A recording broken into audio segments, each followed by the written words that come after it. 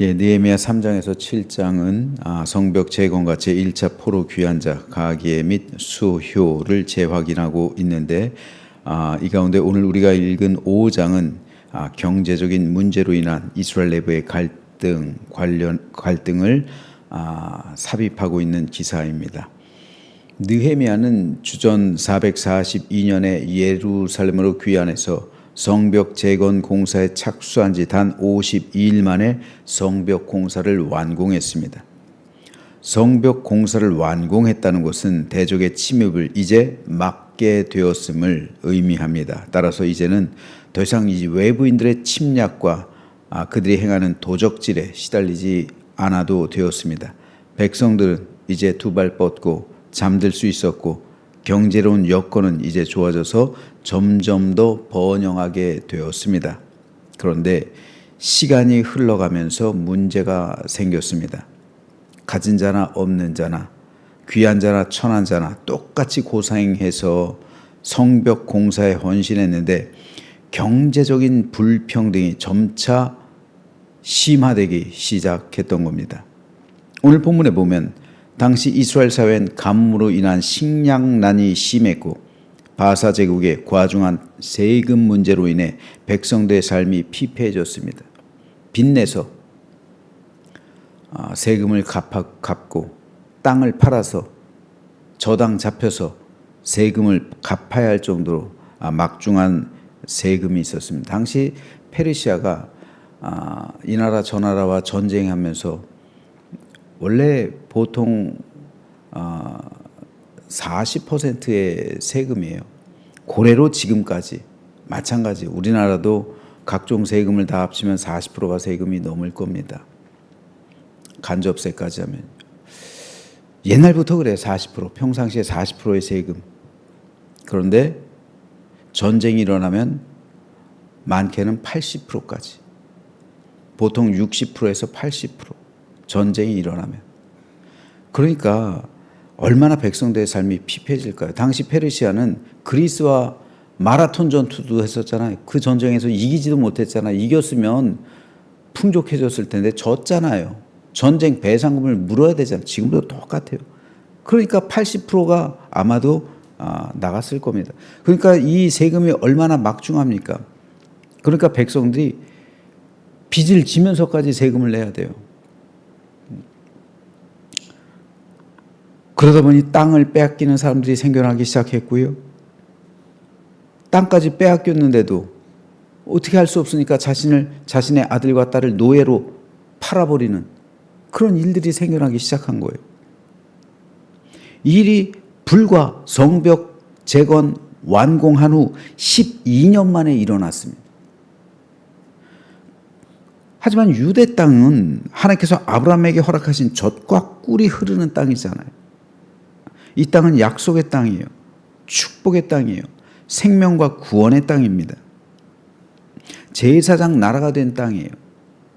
제사장 나라의 특성이 뭐라고 그랬습니까? 제가 너무나도 자주 강조하죠.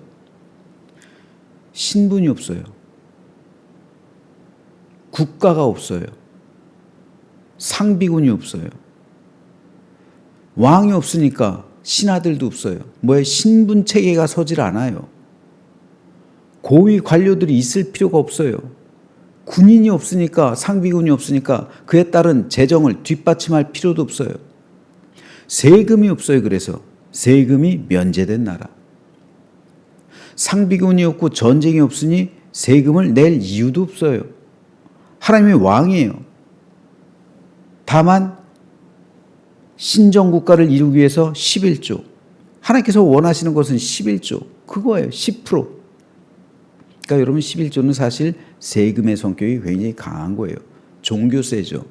신정국가를 유지하기 위한. 그래서 레위인과 기업이 없는 제사장들과 레위인들에게 주고, 그리고 3년에 한 번씩 고아와 과부, 그 사회에서 소외된 자들 돌보는 이 세금의 성격이 굉장히 강한 겁니다. 하지만 나머지 90%는 다 자기들이 사용하는 거잖아. 이건 그 당시 사회에선 혁명적인 거예요. 아까 말씀드렸지만 당시 사회에서 40%라고 그랬죠? 세금이. 전쟁 때는 80%까지 가죠. 하지만 하나님께서는 이스라엘 나라를 제사장 나라로 삼으셨잖아요. 그런데 그 제사장 나라를 거부했잖아요. 그래서 왕을 주십시오. 왕을 달라는 의미가 뭔지 너희들 아느냐? 상비군을 둬야 된다. 왕과 고위 관료들과 너희들의 신분이 생기기 시작한다. 세금을 많이 내야 된다. 하지만 왕을 달라고 한 거예요.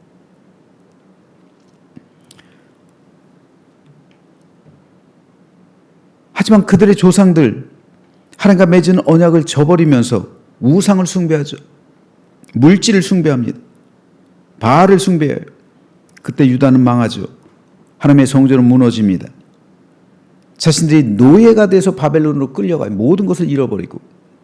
하지만 그때 일이 또다시 자행되고 있었던 거예요.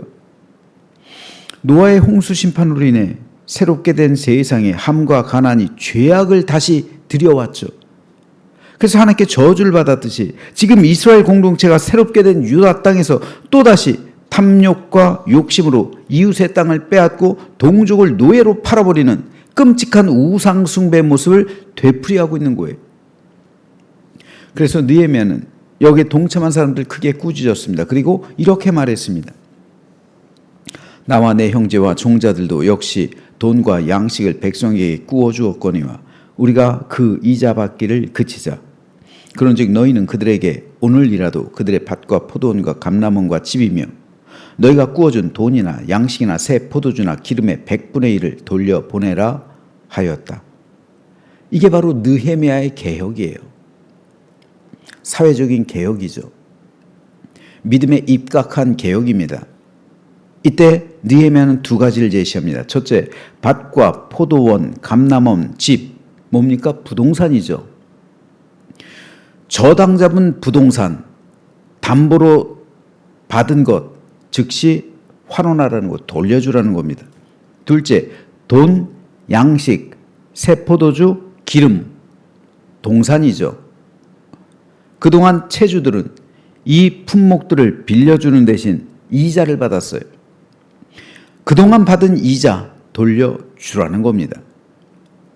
당시 바사 제국에서 이율이 있어요. 이율. 돈을 빌려줄 경우 20%에서 25%, 곡물의 경우 33%였습니다. 저도 어릴 때 제 어머니가 돈을 빌리던 장면 아직까지 기억나는 게 있어요. 2부 이자였어요. 2부 이자. 그렇죠? 1970년대, 80년대 2부 이자였어요. 즉 월 2%란 말이에요. 연으로 하면 24%입니다. 100만 원이면 1년에 24만 원을 이자로 줘야 됐어요. 실제로 1970년대 자료를 찾아봤더니요. 우리나라 은행이 기업에 대출해 준 기록을 보니까 정책 금융, 수출이라든지 아니면 나라에서 일을 시키든지 그래가지고 정책 금융의 특혜를 받은 경우 10%에서 15%의 이자였대요. 지금으로선 상상할 수 없죠. 일반 기업 대출 이자는 20%에서 30%, 가계나 상업 대출 이자는 25% 이상이었다고 합니다. 은행에서 그나마 돈을 빌리지 못하면 사채를 써야 되잖아요. 사금융에서. 이때는 이자가 연 40%에서 100% 정도 됐다고 그래요. 그 시대와 느헤미야 시대가 거의 같은 거예요. 그런데 우리나라 1970년대는 기업이 폭발적으로 성장했죠. 그래서 고금리를 할지라도 오히려 돈을 빌리는 게 도움이 됐어요. 은행에 내는 이자보다 벌어들이는 돈이 훨씬 더 많았기 때문에 비교적 쉽게 은행의 이자와 원금을 갚을 수가 있었어요. 그래서 우리나라가 이렇게 성장하게 된 거잖아요. 그 고금리에도 불구하고. 근데 우리 지금 이 고금리를 도입하면 어떻게 돼요? 망하죠. 지금 4%, 5%도 힘들어요. 그만큼 성장이 안 된다는 거예요, 우리나라가. 4%, 5% 성장이 못하는 거예요. 그러니까 금리가 그 사회의 바로미터가 되는 거예요. 4% 성장 안 되잖아요, 우리나라가. 그러니까 4%를 못 갚는 거예요. 근데 우리나라가 이때는 막 성장을 했어요. 막 20%씩 성장을 했어요, 국가가. 그러니까 감당하는 거예요. 성장이 멈추면 이자는 폭탄이 돼요. 성장이 멈추면요. 느헤미야 당시가 그랬어요. 전쟁에서 졌죠. 바사 제국이. 세금을 80%까지 물리죠. 백성들의 삶이 피폐해지는 거예요. 아니 100만 원 벌어가지고 80만 원을 세금으로 내버리면 20만 원 가지고 어떻게 살아갑니까? 더군다나 사회에 가뭄이 들었는데 안 되는 거예요. 사회적인 불평등, 양극화 극대화됩니다. 이에 따라 원망, 분노, 절망, 죽음의 소리들로 사회가 가득해졌어요. 이게 어떻게 제사장 나라입니까? 그래서 느헤미야는 사회개혁을 시행한 거예요. 제사장 나라로 돌아가자는 거예요. 결과적으로 느헤미야 개혁은 성공합니다. 그래서 유다 사회가 안정화되고 다시 제사장 나라의 모습을 조금씩 갖춰가기 시작하는 거예요. 그런데 오늘 제가 주목하고 싶은 것은 어떻게 이 느헤미야의 개혁이 성공할 수 있었을까 하는 점입니다. 돈에 대한 욕심, 애착, 그때나 지금이나 사람들은 똑같아요. 더구나 이들은 정당하게 빌려주고 당시 사회법에 따라 이자를 받은 것뿐이에요. 여기서 그들이 받은 이자 100분의 1 돌려주라고 했죠. 만일 그들이 느헤미야가 100분의 1 받은 것을 그대로 돌려주라고 했다면 이거 100분의 1은 월 1%잖아요. 연 이율로 하면 1년에 12%예요. 당시 바사 제국의 이율 연 24%라고 그랬죠. 하지만 그 절반만 받고 있었던 거예요. 어떻게 보면 이들은 정의로운 사람들이에요. 그런데도 느헤미야는 그 이자를 돌려주라고 합니다. 왜요? 제사장 나라에서는 동족에게 이자 받는 것을 금지하고 있기 때문에 그래요. 이것이 모세 율법에 기록되어 있습니다. 따라서 느헤미야는 하나님의 말씀의 확신을 가지고 그 계명을 지킨 겁니다. 즉 말씀이 개혁의 기준이 되었다는 거예요. 오늘도 마찬가지입니다. 국가나 사회, 교회 모두 개혁이 필요할 때가 있습니다. 하지만 우리가 반드시 마음에 새겨야 할 것은 개혁의 기준은 하나님의 말씀이어야 한다는 거예요. 인간의 생각이 개혁의 기준이 된다면 이것은 또 다른 불평등과 구조적인 사회 악으로 흐르기 쉽습니다. 따라서 우리 중심엔 언제나 하나님의 말씀이 기준이 되어야 되는 거예요. 느헤미야는 하나님의 말씀을 개혁의 기준으로 삼았던 거예요. 그러니까 누구도 이 하나님의 말씀에 토를 달 수가 없는 거예요. 그래서 제사장을 동원하잖아요. 제사장을 증인으로 삼잖아요. 그리고 하나님의 말씀이 개혁의 기준이 되어서 이 개혁을 지킬 것을 요구했던 겁니다. 오늘 우리의 삶 역시 마찬가지입니다. 우리 삶의 기준은 반드시 하나님의 말씀이어야 되는 거예요. 하나님의 교회를 이끌어가는 원동력과 그 기준이 되는 것, 하나님의 말씀입니다. 하나님의 말씀에서 어긋나는 것은 우리가 해서도 안 되고 하려고 해서도 안 됩니다. 그러므로 오늘 우리 가정과 삶과 교회 그리고 나아가서 사회와 국가 하나님의 말씀이 기준되는 그러한 아름답고 복된 교회를 이루게 되기를 주님의 이름으로 축복합니다. 또 한 가지 느헤미야의 개혁이 성공할 수 있었던 이유는 느헤미야가 남들에게 모범이 되었기 때문입니다. 느헤미야는 깨끗했어요. 총독으로 받을 수 있는 녹봉 어마어마했죠. 권리 또한 많았습니다. 하지만 느헤미야는 백성들 위해 이 모든 것을 다 포기했어요. 이게 오늘 느헤미야의 고백이잖아요. 그래서 내 하나님이여 내가 이렇게 행한 일을 기억하시고 나에게 은혜를 베푸시옵소서라고 기도하고 있잖아요. 우리도 이 기도를 할 수 있어야 되는 거예요. 느헤미야는 백성들 위해 하나님의 나라를 위해 이 모든 것을 다 포기했습니다. 그런 다음 부자들에게 부동산 돌려보내고 동산의 이자 12% 받은 것 돌려주라고 했을 때 그들이 느헤미야의 말에 순종했던 거예요. 진정한 권위는 모범에서 나옵니다. 그러니까 참된 리더가 되기가 쉽지 않은 거예요. 참된 목사가 되기가 어려운 거고요. 참된 장로가 되기가 힘든 거예요. 설교의 권위는 내가 살아가는 삶의 모습을 통해 나타납니다. 교회에서 평신도 리더의 권위 또한 마찬가지입니다. 리더가 되기 위해서는 먼저 그에 합당한 삶을 살아내야만 합니다. 그때 참된 권위가 나오는 거예요. 그러므로 저는 저와 여러분 모두가 느헤미야처럼 본을 보이는 믿음의 삶을 살아가게 되기를 소망합니다. 오늘 느헤미야 5장은 이 느헤미야의 간증이에요.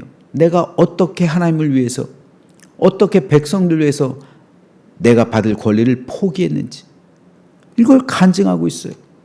그래서 끝에 마지막 끝절에 내 하나님이여 내가 행한 일을 기억하시고 나에게 은혜를 베풀어 주옵소서 이렇게 기도하잖아요. 저는 저와 여러분 모두가 이런 기도를 하나님께 드릴 수 있게 되기를 소망합니다. 하나님, 내가 하나님의 교회를 위해서 부족하지만 행한 일을 기억해 주옵소서. 그리고 나에게 은혜를 베풀어 주옵소서. 느헤미야의 기도예요. 이 기도가 오늘 나의 기도가 되기를 소망합니다. 그럴 때 이런 삶을 살아갈 때 다른 성도들도 은혜를 받게 되고요. 믿음의 본을 보이는 삶을 살아감으로 다른 사람에게 영향력을 미치게 되고요. 그들로 하여금 온전한 믿음에 이르게 할 줄로 믿으면서 우리 모두 이 시대 느헤미야가 되시길 주님의 이름으로 축원합니다.